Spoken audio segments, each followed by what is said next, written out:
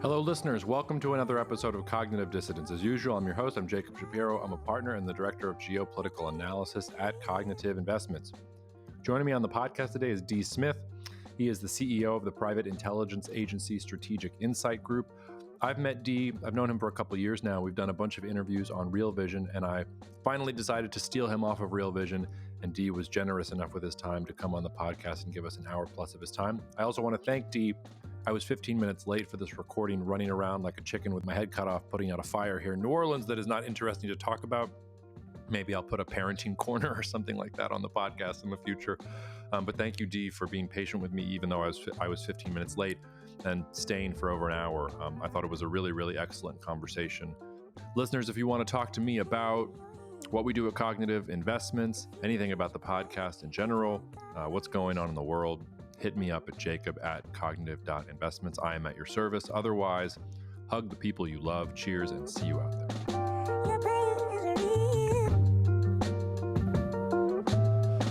All right, Dee, we've been on Real Vision enough times that I thought we should say, screw it, let's do it together and do it on my podcast. So thanks for making some time to come on. And thank you for listeners. You know, it all sounds perfectly produced and you think we're all perfectly ready here ahead of time. Like Dee's traveling around New York doing client stuff. I'm sure I literally had to rush to the middle of a busy street in New Orleans to get my wife a sign so that she could pick up somebody's. It's all a mess, but we're all here and we all made it. So it's good to see you, Dee.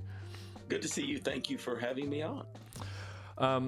Well, I thought we would pick up where we left off from our last Real Vision conversation, because I'm not sure that a lot of my listeners had a chance to talk about it. And the theme, as the theme of every single macro or geopolitical discussion these days, seems to be, rising uncertainty and rising volatility and rising risk, and the world is ending and everything is terrible. And maybe it's the contrarian in me, but I just chafe against all these things because I'm not so pessimistic. I think that things are actually better. And I also find that it's a self-fulfilling prophecy and that we're in a media environment where, you say doom and gloom to get the clicks, but if you're giving the positive story, people say that's what they want, but then that's not what they're clicking on or scroll when they're doom scrolling at night. Like they want the, oh my God, the world is ending sort of validation. But that's not to say that there aren't things happening right now. So we're recording on Friday, April 12th. I wanted to really just start at a high level. So what do you think of sort of the rest of the year for 2024? Are there things that you're worried about? Are there things that you're concerned about? Do you think that things are going to get better from here? I don't know exactly how to frame it, but I'm just wondering about your 2024 outlook, and maybe we can start there. Sure. Well, I would start by saying I agree with your observation that people are attracted to negative news. And if you think about our evolutionary background, when you were a proto-human hominid on the savannah, it was always better to believe that a movement in the grass was a lion. So the people who saw the movement in the grass as a lion are the ones who survived. I mean, it's very simplistic here, and they passed on that hyper awareness for danger that we all feel. And then as time's gone on, people like being scared. That's why horror movies and all those kinds of mysteries and they for some reason we're wired that way. So I agree with you, and I think you can definitely over correct in that direction of it's all doom and gloom, and as far back as the ancient Greeks, there were people who and Socrates among them, who said, the next generation is just awful, and what are we going to do? And oh tempore, so it's all that stuff is very, very much a part of human nature and always has been. Having said that, we are there are times that are quieter and more less volatile, and there are times that are more. And we are living in a time that is more, and that is absolutely correct, I think. And now, volatility brings both opportunity and risk, and so it's if you have too much volatility or too many things that are uncontrolled, then the opportunity goes away. And an example of that would be a nuclear war. That's not going to do anybody any good.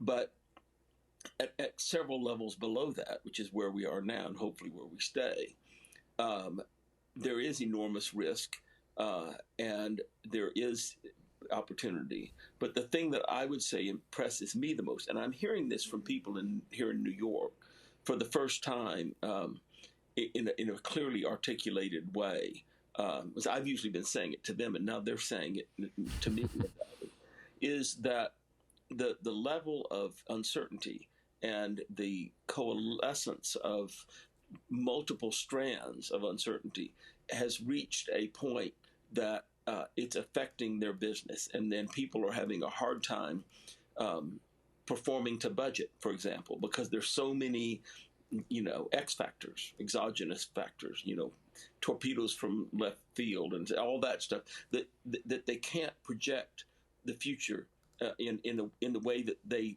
could or felt that they could in, let's say, the late '90s, early 2000s. I mean, the financial crisis put paid to a lot of that, but it hasn't settled down since then. It's become more and more pronounced, the amount of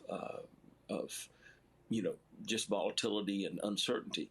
The thing that I worry about is the connectivity of things and how we created, one of the great accomplishments of late 20th century science was understanding complex systems, and how the more complex a system is, the more unpredictable it gets. And everybody knows about the butterfly effect, but there's a lot more to it than that. And so as these things become hyper complex, and they now call them hyper objects, you don't know what a change in one place is going to produce in another place.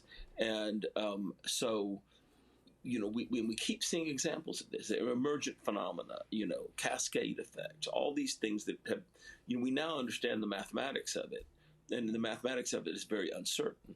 But we are experiencing, we're living it, and I think that is a direct result of complexity. Now, so what do I worry about? I worry about single incidents that can cause very, very large cascade effects. We saw an example of this in a couple of years ago when that tanker ran aground and blocked the Suez Canal. We've seen another example of it now in the same part of the world with the Houthi attacks on the ships in the Red Sea. We saw another example in not only the invasion of Ukraine, but the effects of the invasion of Ukraine on production of potash and various components that are critical to fertilizer, and what that then began to do to agriculture and food prices. And that's exactly the kind of thing I'm talking about, these in-order effects, second order, third order, fourth order effects. And those are literally, technically, mathematically unpredictable, because it's what they call deterministic chaos. And so, I worry about the big things. We're told here on this Friday that an Iranian attack on Israel is imminent, and we don't know what that would be, and we don't know what it would mean, and we don't know how Israel would react, or how the surrounding states, or indeed the U.S. and Western Europe would react. So that's a big event. But what small event is occurring today that we may never hear about, but it may 3 months from now have created an enormous, cascade effect. So, I guess what I worry about is the nature of the world that we've built, that's so complex that it becomes hypersensitive and unpredictable. Yeah. There's a lot in there, and we're going to break it all apart. I'll make a joke about the Iranian attack, and then I want to stay at the conceptual level, and maybe we can get down to Iran, because Iran is one of the actors, I think, that injects the most uncertainty in the world system right now. But the fact that the Wall Street Journal is calling an attack in the next 24, 48 hours, I actually take some comfort from, because that tells me one of two things. It tells me either the Iranians are really shitty at what they do, or more likely, they want everyone to know that they're about to do something, so that they can take the action, they can say that they've done it, they've beat their chest, but there's no escalation, and it's not a surprise to the system. So I'm hoping that that's the right interpretation of that particular event. But, all it takes is one errant missile instead of hitting an empty field in the Negev, hitting a population center in Tel Aviv, and we're off to the races. So I take your point there. But and all it also takes is one person who overreacts to something and then triggers and that's that's the thing. We've got these systems that are so it's in chaos theory it's called sensitive dependence on initial conditions, and initial means just the start of anything. It's not the start of some designated point, but one person, one thing, like the errant missile, or somebody who is just really unhappy and fires at something they shouldn't. And those are so just to buttress your point. Yes, I agree with you. Okay, go ahead. Sorry. No. I'm happy to have agreement, but I've been doing some research, and I think I know at least how you're going to sketch the answer to this, but I want to dig into this idea of complex systems a bit more, specifically because I've been rereading Hans Morgenthau's Politics Among Nations for separate research reasons. And by the way, listeners, I get questions all the time. What should I read if I want to know more about geopolitics? Hans Morgenthau, Politics Among Nations, is the #1 book that you should probably read. From like a conceptual, what begins the field, like that's where I would start. And then it'll open up all other avenues. But if you haven't read Morgenthau, like you're probably behind the curve if you're trying to talk about these things. But he talks about the shift from multipolarity before World Wars I and II, and into bipolarity with the Cold War and the U.S.-Soviet conflict. And he makes the case that the bipolar world is actually much more volatile and much more uncertain than the multipolar world was, because you have the risk of moral absolutes forming. You're either completely with the United States or you're completely with the Soviet Union. There's no gray area. There's no pragmatism. There's no room for Machiavelli's prince deciding one day I'm going to do this, but then if that power gets too strong, I'm going to switch over here completely unexpected and support this other power. And then when he gets too strong, I'm going to do something else completely different. And he argued, at least in the book, in the section that I'm reading right now, that multipolar systems are actually a little bit more stable. Now, of course, they can break down. The multipolar world did break down in World War I and brought us a whole bunch of horrors. But part of his point was that when you have a more complex system and you have different actors that are balancing against each other, it actually might hold the actors in check, because they have to be worried about different things that maybe they weren't worried about before, or there's more room for maneuver, whereas the sort of you're with us or you're against us, it's us versus China, it's World War III, like these narratives and constructions leave you no room for maneuver. Something happens and then it's a cascading effect that goes on to the next. I wonder how you would respond to that, because in some ways it's a shift from what you're saying that, well, actually complexity can be a good thing. It can even be a stabilizing thing. And that maybe what is causing the whiplash for people is not the complexity itself. It's the shift from one framework to another. But actually, objectively speaking, the complexity helps. I wonder how you would respond to that. Yeah, I know that he says those things, and I would push back on it a bit for several reasons.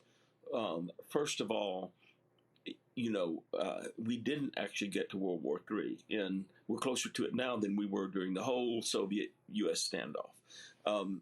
On the other hand, that balance of power system that was in existence from, the late 19th century through the early 20th, where everybody was, moving little pieces and trying to rebalance and trying to get an advantage, that actually led to World War I and World War II, which I see as bookends of a single war. That's a whole other discussion. But nevertheless, it did lead to World War I, and it was a hyper complex environment, very much like today. It was a globalized economy. An early version. It was not the first. The first was really in the 18th century, with in the Baroque era. But that's another argument too. But I think that these things, when you have actors who are trying to jockey for power. Now, maybe if you just have one, like Machiavelli's prince, that's what. But when you have multiple points of uncertainty, they interact in multiple ways that are not predictable and are more unpredictable. And the other thing about it is that these, this was studied by a scientist named Per Bak, B-A-K, and he started studying sand piles, believe it or not. And what he found was that you can keep adding a grain of sand at a steady rate to a sand pile, and it'll grow and grow and grow, and then one grain, when it reaches what they call criticality, and half the thing collapses. And that has proven to be a universal trait. Things don't change slowly. They at least as often change in what they call mathematical catastrophes, meaning sudden change from state A to state B.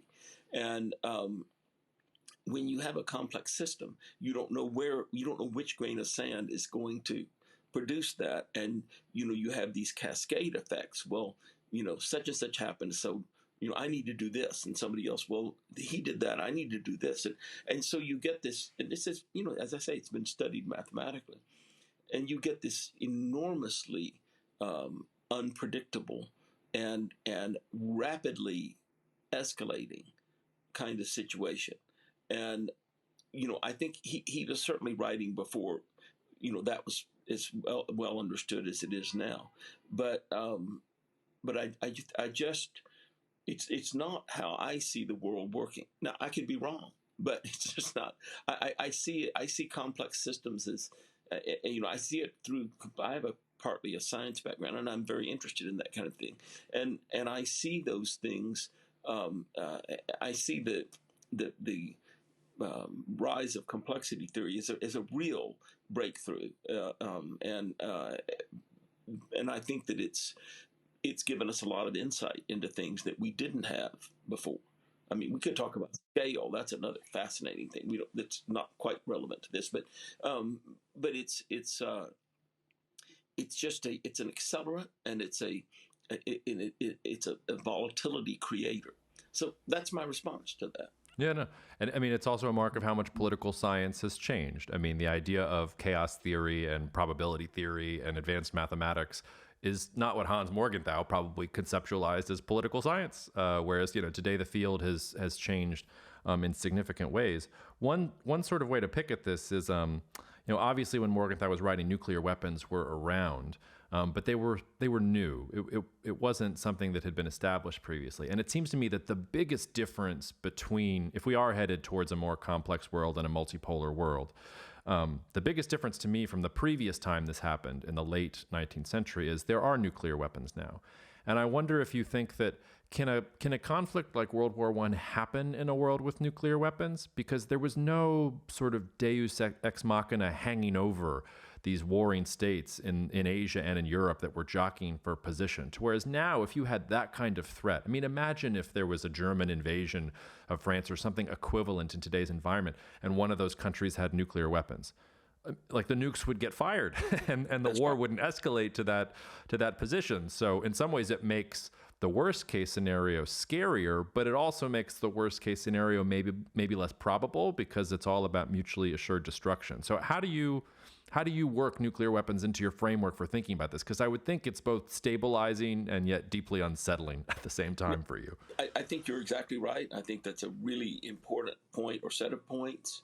I recall seeing, and I have not tried to go back and find this, but I would like to if it's even available anymore. But I recall seeing an interview with a Soviet general. This was after the fall of the Soviet Union, back when everything was open and people could interview people and so forth.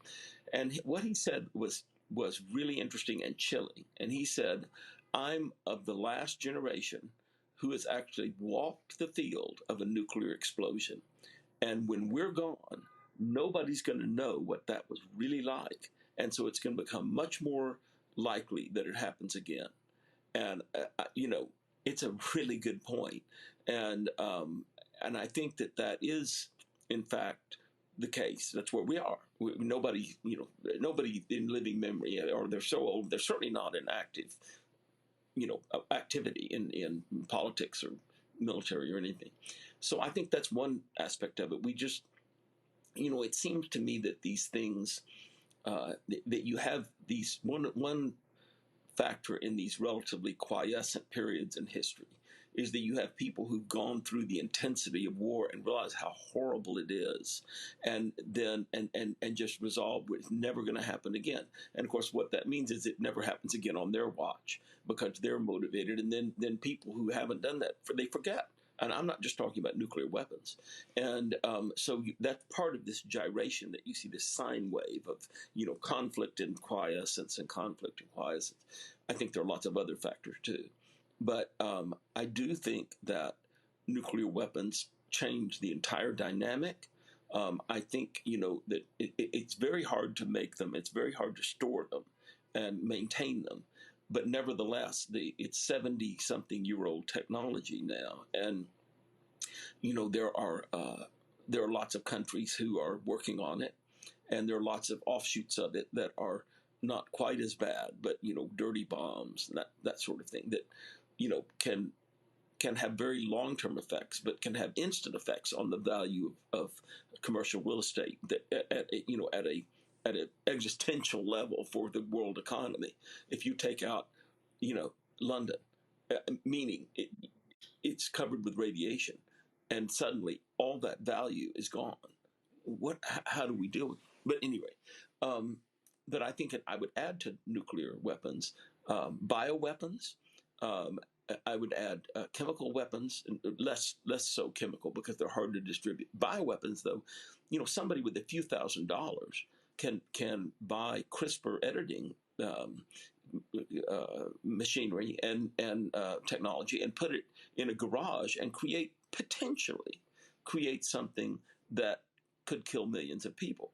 And that's not something. And then that all leads me to the other factor that I think plays into this, which is asymmetric warfare, because you've now got a situation where parties that are small and poor can have a massive effect on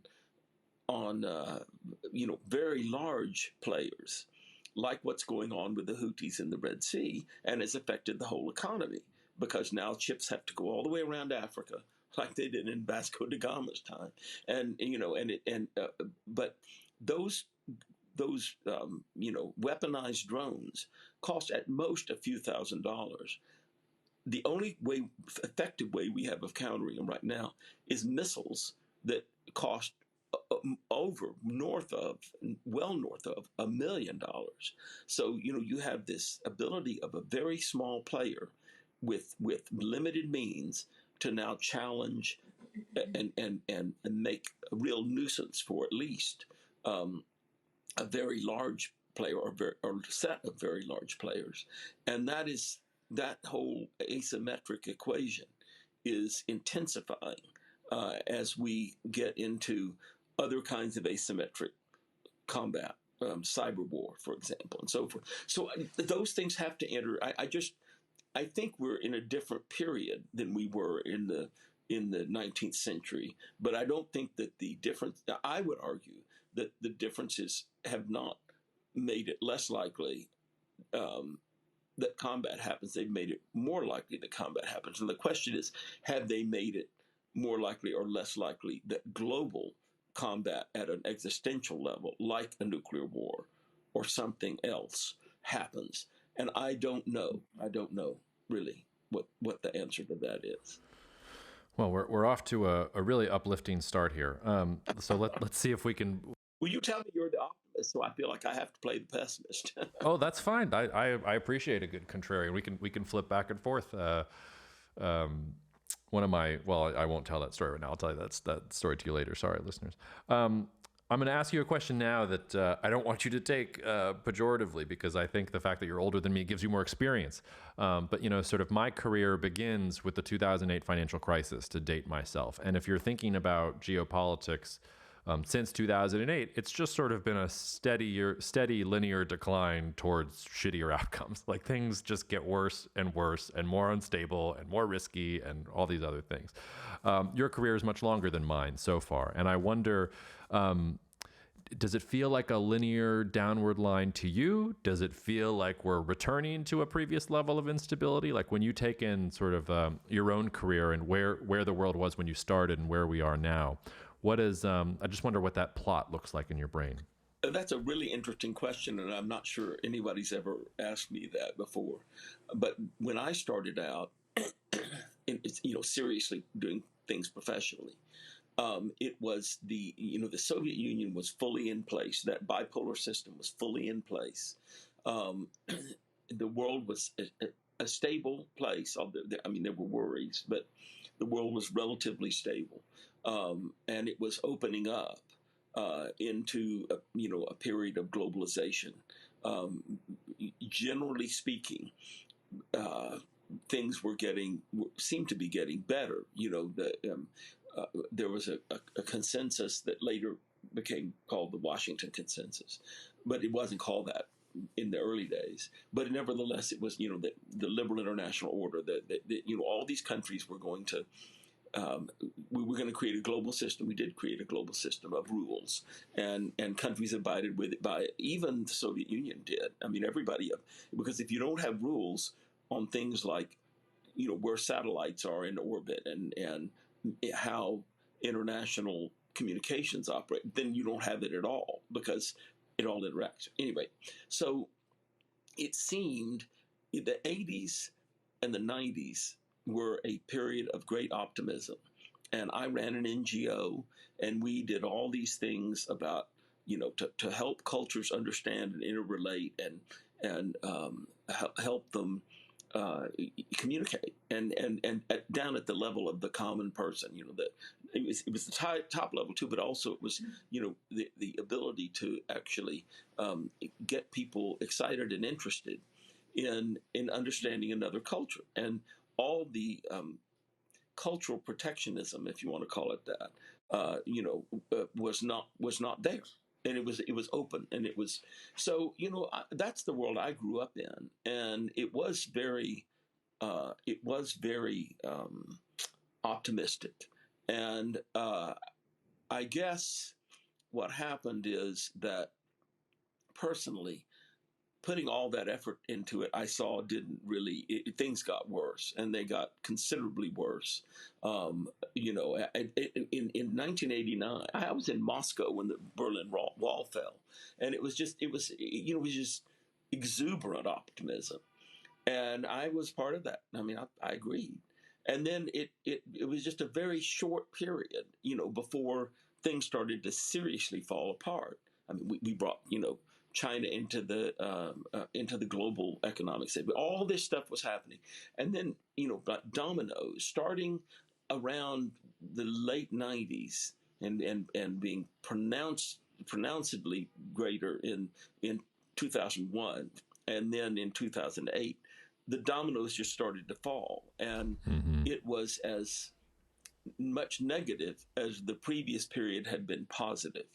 And so that's my experience, is that I've gone from a period that was just exuberant optimism to watching it all crash and burn. And I'm sure that's affected the way I look at it, unquestionably. And I'm not saying that we won't have another period of optimism, but I don't see when it's probably not going to be in my lifetime. It's probably not going to be in your lifetime. Maybe our grandkids, your grandkids and my grandkids and your great grandkids, something like that. But if we make it through this period, but I think the key change in this, looking at it, compared to the past, and there have been horrible times. The 131 years of war in Europe that ended with the Westphalian Treaty. All that there were horrible times. But what we have now is what you alluded to, which is existential threats. And that didn't exist. We couldn't destroy ourselves until the 1940s. And then you've had those things layer in faster and faster, bio threats, cyber threats, AI, if that is an existential, AGI, artificial general intelligence. And so, and that has an effect on people's mentation too. It's like, okay, we thought, well, okay, we had nuclear weapons and we've dealt with that. Now, God damn it, we've got another thing. And oh shit, we've got it. And it affects you. So does that answer your question? Oh, it sure does. You're even more pessimistic than I thought about things. I actually am I worry about the world that well, first of all, I haven't given up on living forever yet. So I think I'm hoping that change happens in my lifetime. Is it rude to ask why you would want to do that? But that's another discussion. No, it's not rude at all. I mean, one of my favorite parlor tricks at bars in college was to ask people the question, would you rather live forever at your current age? So like, putting aside that your body would break down, or you would be like, imagine sort of you can live forever at your current level of health, or you can live a great 120-year life and then die with your family surrounding you. And I always wanted to live forever. And when John has been on this podcast before, my roommate John and I used to ask this question at bars to people in colleges as a way of provoking conversation. You can get what kind of nerds we were back then. And I would say about 90% of people wanted to die at 120. I was in the lonely 10% that wanted to be around for everything. And it's fascinating, because do you really think about what forever means? Yeah, I do. I'm sure you do. And that. I don't mean that as an insult. No, I'm sorry. No. When I think about forever, I think about the nature of a time that goes, well, even if it doesn't, for us, it doesn't go all the way back, but it goes all the way forward and never ends. And, one of the phenomena of, at least that seems to happen with life, is that as you have more of it, each individual unit is a smaller portion of that whole. So it seems to go much faster. So, when you're a 2-day-old baby, a day is, 1/2 of your 50% of your life. When you're 10, it's whatever the equation is, it's a 3,000th of your life. And when you're 100, it's a 300,000th. I'm just pulling figures out of this. But as that happens, time does seem to flow faster. So if you had an infinite being, all of time would pass in an instant. I mean, and this is the subject of discussion. So what is it that you're accomplishing by living forever? If, first of all, everything that can ever happen is infinitely far in the past, and because you've got an infinite future, all of time happens in an instant. I mean, it's just, I find these things very interesting, actually. But it's, I think that a lot of people don't, when they think about religion, or when they think about their own lives, they don't actually think about what infinity. I mean, infinity is a fascinating subject. And that's what you're talking about. Living forever, you're actually talking about infinity. And, there are all these different infinities. There's, Cantor's hierarchy of infinities, and all these things that for one thing, are not computable. They're non-computable functions. So AIs can't deal with them. So if you think you're going to transfer yourself to an AI, I've got news for you. But it's just, those things, I think what we think is, well, it would be life like we have it, just going on, indefinitely. But I don't think that's what it would be. But what do I know? I could be totally wrong. So some listeners may think this is off track, but my dad's advisor in college, who was very close to our family and who I loved very much, his name was Werner Dannhauser. Probably not a name you've come across. He wasn't really well known, but he was in the Leo Strauss family of scholars. Alan Bloom is probably much more well known than Werner was, but he was great. And he used to say that all conversations ultimately boil down to either God, death, or sex. Like like everything, that's ultimately what we're talking about. So we're on at least one of those planks, and it's nice to be addressing it directly. And the answer to your question is, it's more of a fear of the negative maybe than an embrace of the positive. I'm terrified of death. I don't want to die. And death is a form of infinity in and of itself, which it appears to me means I have no consciousness, and I would rather be around all the time with my consciousness than have it disappear one day. This would make me a terrible Buddhist. I am way too attached to myself. I want myself I don't want to be in an AI. I want to be able to touch things and smell things and feel things. And I'll take the hits, like I'll take the climate crises and everything else that's terrible. And yes, the other part of this is, I think the real argument against living forever is you don't get to take anyone with you. So you will live long enough to see everything and everyone you loved die around you. And will you still have the stamina and the energy to love more things?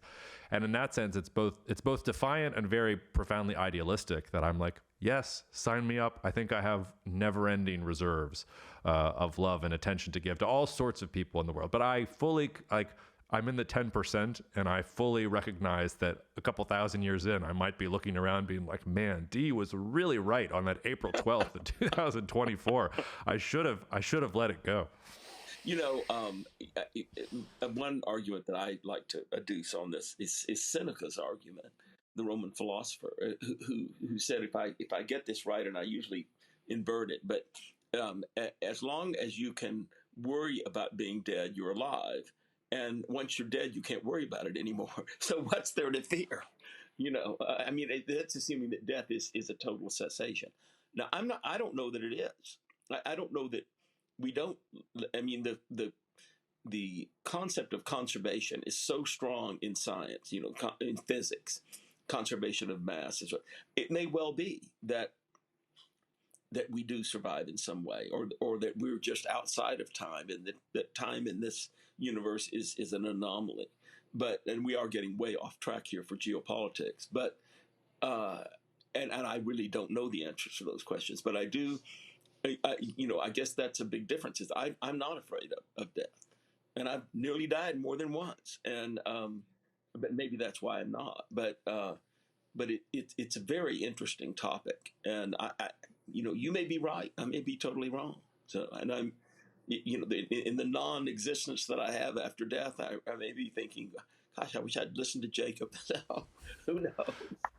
I mean, yeah, I would push back against what you said in that this is actually like the core of geopolitics is this question. And the core of all sort of political science to me is about these fundamental questions. And whether we use math or whatever like methods that we use to get them, like that is the whole point of political science, thinking about these things. Yeah, I take your point. Like, if you bury me in a beautiful cemetery, maybe I'll be reborn as a tree one day. This is why I'm a terrible Buddhist. So I'm very attached to me. I like this brain. I want to be eating my own cookies and my own cheddar and sour cream ruffle and like making my, I'm very attached to that sort of thing. But, this also gets... New Orleans where the food's so good. I can totally understand. Well, that's a constant exercise in self-discipline, as I like to joke. Sure. But, this actually does get into things relating to geopolitics, and not just in a sort of, Nietzschean eternal return of the same thing. Like, there's that banal, it's become banal. Like, the first time you hear that Mark Twain said, history doesn't repeat itself, but it rhymes, you nod to yourself, oh, that's a pretty clever little quote. And then everybody and their mom uses it, and you're like, I don't want to like be in the same class as people who use that quote. But the point of that quote is that history repeats itself, that leaders and people become afraid of death in moments and then are not afraid of death in moments. Like, if we boil Russia's invasion of Ukraine down to its essentials, that's Vladimir Putin was not afraid of what would happen to Russia and not afraid of death for hundreds of thousands, let's say, Russian civilians and Ukrainian civilians and soldiers and everything else in the context of that war. So, I mean, in some ways, like how the human species thinks about death, I mean, that's the beginning of demographics. That's the beginning of what are we going to do about climate. That's the beginning of what types of monetary policy are we going to have? Are we going to support the present, and rob Peter to pay Paul? Like, when you get down to it, like, these essential questions are the core of geopolitics. And one of my problems with political scientists and risk analysts in general today is they don't talk about this shit. Yeah. It's pushpins on a map, or it's probabilistic equations, and nobody has actually sat down and been in the bar with me and John at 2 a.m. in Ithaca, New York, and been like, well, would you live forever? Yeah. There's a lot in what you said, and I agree that it's core to geopolitics and to human affairs. It's very hard to get people to understand that, and because they think they're being practical and pragmatic. In fact, what they're being is they're having their heads in the sand. And but I do think that Putin, you brought, is a very interesting and tragic and nasty character. But I don't know. Did you take the time to read that horrible long thing he wrote about 2 years before he invaded Ukraine, about that Ukraine was the the sad thing is some of it's true. The Russian culture started in Ukraine 1,000 years ago, and he constructed this whole argument about, well, we had to take Ukraine back because Russia is pure and Ukraine needs to be pure, and land powers are pure and sea powers aren't. Dugin and all these miserable philosophers, so I think that not only was he not afraid, he thought he had a mission. He thought he had a mission from God, and this was. And of course, the Ukrainians have moved on long ago. They don't want to be Russians, and but he thought, and I'm sure it's been very difficult for him to understand. He's a very religious guy. Why this has been so dramatically difficult to do. And we could go lots of different spokes on the wheel from that, including how I think people underestimate how fantastically inefficient the Russian bureaucracy is, and how fantastically corrupt. There was all this stuff about Russia's revised the military doctrine of the Soviet Union, and it's not going to be. Had those doctrines where, like, you had to, if you wanted to take a hill, you had to check it all the way up the chain of command, and then all the way back down, and then by the time that had happened, the opportunity to take the hill was lost, and that they had spent all this money modernizing. And of course, what happened? They didn't change the doctrine at all, and all the money went into the Swiss bank accounts of generals.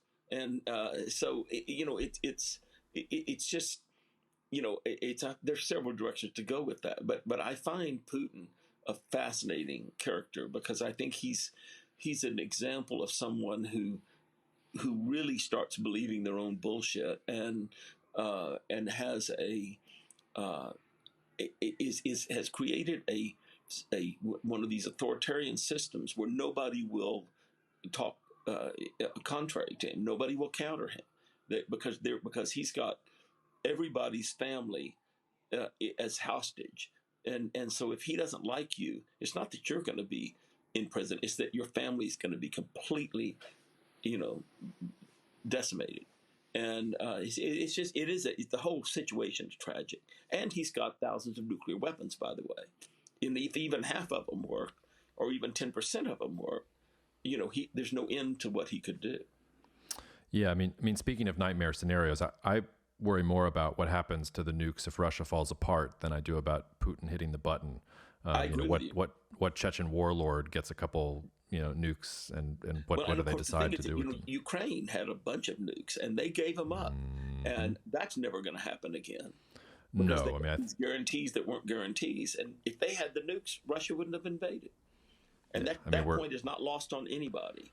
No, we're entering an era of nuclear proliferation, that's for sure. When it comes to Putin, yes, I did read what you're talking. I think it was actually earlier than what you're talking about, and I remember reading it, and that essay that you're talking. I think I can find a link to it, and I'll put it in the show notes. And I was at Geopolitical Futures at that time. I was still George Friedman's right-hand man at the time, and I wrote an article at GPF, which I think is one of the best and most prescient things I ever wrote. It was the title of the article was "The First Partition of Ukraine?" ?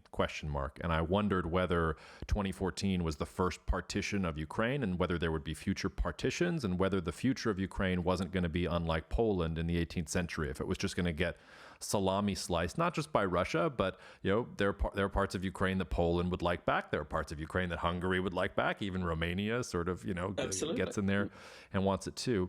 And I got off of that take, and it was a classic mistake. I got to know some Russian analysts, and they insisted to me they didn't want to conquer Ukraine, that Putin was just positioning things politically so that he could get concessions from the West, and that Russia, of course, wasn't going to invade Ukraine because it was smart enough to know that it would be, sort of an Iraq war type scenario that it could never possibly win.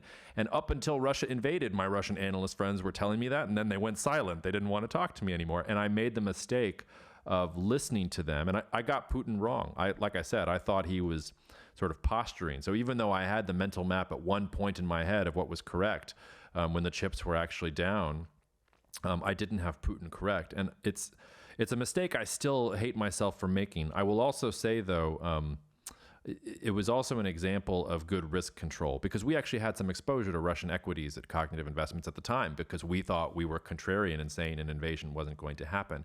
And the day that Putin made that speech in front of his National Intelligence Council or Security Council or whatever it was, I called a meeting of the CI principals and I said, sell the trade now, get out now. And they were all traders. Said, oh, well, the chart, don't you want to give it a few days? And I said, no, I'm wrong. Like, this is broken. Sell now. And 3 days later, the Russian stock market, you couldn't get your assets out even if you wanted. So we didn't take much of a loss. And I was very proud of myself for making the change, even though I was mad at myself for making the mistake in the first place. But I agree with you. I mean, Putin, I've gotten Putin wrong at every step of the way because I have a sense of what I think is like what a rational actor would do in his position. And his sense of rationality is not the same as my rationality. And I have just underestimated him and called him wrong every step of the way, to the point now where I don't even try. Like, I'm just going to see what he does and react. Well, and you get things wrong for your reasons in the same way I get things wrong, because you're an optimist and I'm a pessimist. So, and nothing is that consistent. Well, Dee, just to interrupt you, I don't mind getting things wrong if I'm an optimist. I mind the Russia thing because I got things wrong because I was gullible. I let people tell me something and I didn't trust my own brain. Like, optimism, that's fine, especially if it's backed up with data. I let myself get lulled into a false sense of security because, like, oh, I know these guys in Moscow. They wouldn't tell me something that wasn't true. Like, I really took myself behind the woodshed for that one. Anyway, go on. Yeah. No, I mean, it's, and this also gets to another fallacy in thinking, which is, sometimes called recency bias. It's that the near future is going to be like the recent past. And it's a very curious thing because, change, we know that change happens suddenly. I mean, you don't have a heart attack over a period of a year. You don't get in a car wreck over a period of a month. The things that really change your life often happen very fast, but we're always surprised that change happens so fast. And we're always expecting the near future to be like the recent past. Part of that in philosophy, that's called the problem of induction. And it's basically the idea that things stay the same until they don't. And, I've talked to neuroscientists and other people about why we have that kind of predilection. And, the best explanation I got is that the human brain uses more than 20% of the energy of the body. And so anything it can do to lower its energy use, it does. And assuming that the future is going to be like the past is a way of reducing energy use. But of course, it doesn't work when you're in a highly complex and changing environment.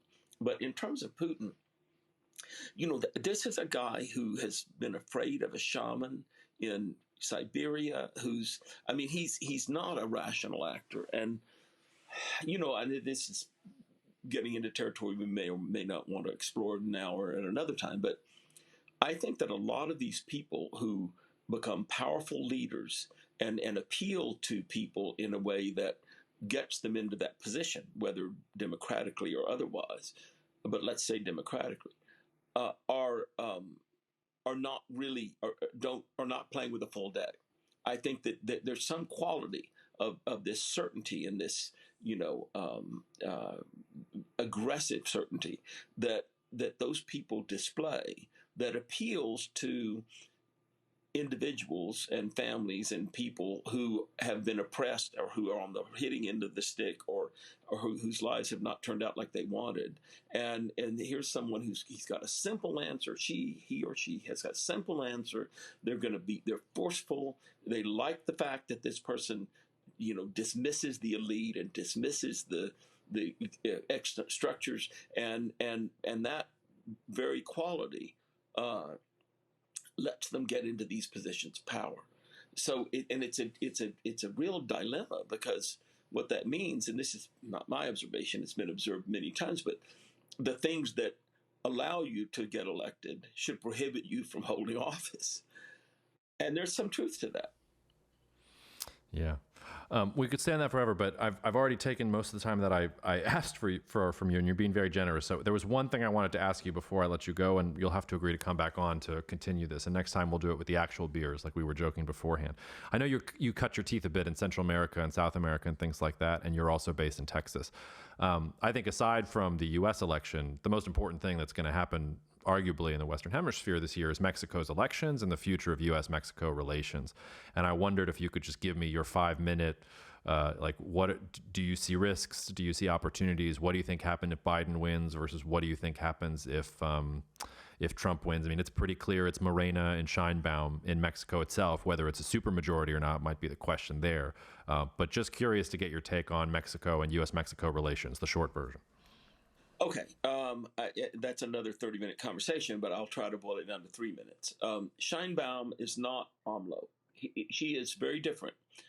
She sounds the same, but she actually is very different from Lopez Obrador, and she will rule in a different way, and she is not as hidebound by these old. I don't want to call them hatreds, but these old, ideas about the nature of poverty and then, and that sort of thing. She'll agree with them intellectually, but I think she's going to. Here's a case where I'm guardedly optimistic. I think she's going to be a better president. I think she will be the president. There seems to be no other person who could be, given the demographic and voter, the whole situation. But I think that Mexico is fantastically insecure because of criminal activity. And what's happened is that, and this is an interesting example of whether of a way in which, and I'm not making an argument here, but a way in which an open democratic system may be worse than a closed system. So in the past, you had for more than 70 years a specific group, the PRI, ruling Mexico, and one of the things that they did, and it was corrupt in the at least the Western definition of corruption. That's a whole other argument, but is that they had an arrangement with the drug dealers, and the arrangement was, if you don't screw around with Mexican society, you can do what you want. You can keep doing your drugs. We'll look the other way. And when that system broke and different parties were elected, the PAN and so forth, that whole system went away because you didn't have anything like a foreign a government bureaucracy that wasn't political. It was all, so those people got replaced. That whole system, good, bad, or indifferent, fell apart, and so the drug dealers found themselves in a very difficult place. They were not able to just do what they did, so they became much more violent. At the same time, the drug demand from the U.S. increased significantly. At the same time, you had, Mexico was a transshipment point for things coming in from Asia, as well as things coming from, further south in Latin America. And so the Mexican drug gangs became institutionalized criminality, and they got into kidnappings, and there are two kinds of kidnappings, and they got into avocado farming, all these kind of simple businesses, which is what groups like that can do. It's also, by the way, what people like Putin can understand and his cronies. But anyway, so the whole thing began to just fall apart, and it opened up it created a need among these criminal groups to do other things because they were under more pressure, and it created an opening for them to get into these other businesses, and now it's permeated the society, and and then you've got the pressure of the population movement that is going to get much more pronounced, and a very large portion of the immigrants at the U.S. border are not even from the Americas. They're from Ukraine. They're from Africa. They fly. Venezuela. It costs you Venezuela, but it costs you about $30,000 to $50,000 if you want to move yourself from Santiago, Chile, where this kind of underground railroad starts, up to into the U.S. So the people who can do this they're middle class at least. I mean, they're not poor, and so it's become a huge business, moving people all the way from Chile. Mostly that's where it starts, up through the spine of South America, across the Darien Gap, which is its own thing, across Central America, across Mexico, and into the U.S. And it's corrupt all the way through, which is also an interesting topic. But Mexico is kind of the nexus point of all this, and it's been very destabilizing on a society that when I was young, you could just leave something somewhere and nobody would even steal it. I mean, it's become a totally different place. So I think you've got, and now we haven't even gotten into the U.S. Mexico, the U.S. side of the U.S. Mexican relation, but I think you've got a glimmer of possible hope with a new person who's not AMLO and is not going to have spend an hour and a half every morning or more having these TV speeches that literally every day, and who's not coming up with things like whitekins, the term they use for Mexicans who are elites and look like the, and of course they don't look like the U.S. They look like elites, look everywhere, and but just who is determined to upset the status quo in Mexico because he's so resentful of it, and he has every right to be resentful.